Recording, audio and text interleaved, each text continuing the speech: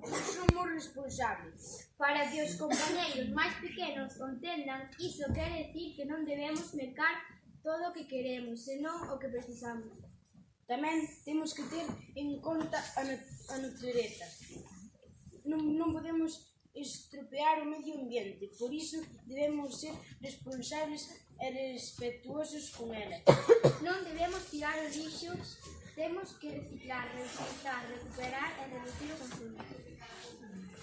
Na entrada podedes ver os nosos traballos, todos eles feitos con material reciclado. Por último, invitámonos a compartir este karaoke sobre o reciclaje.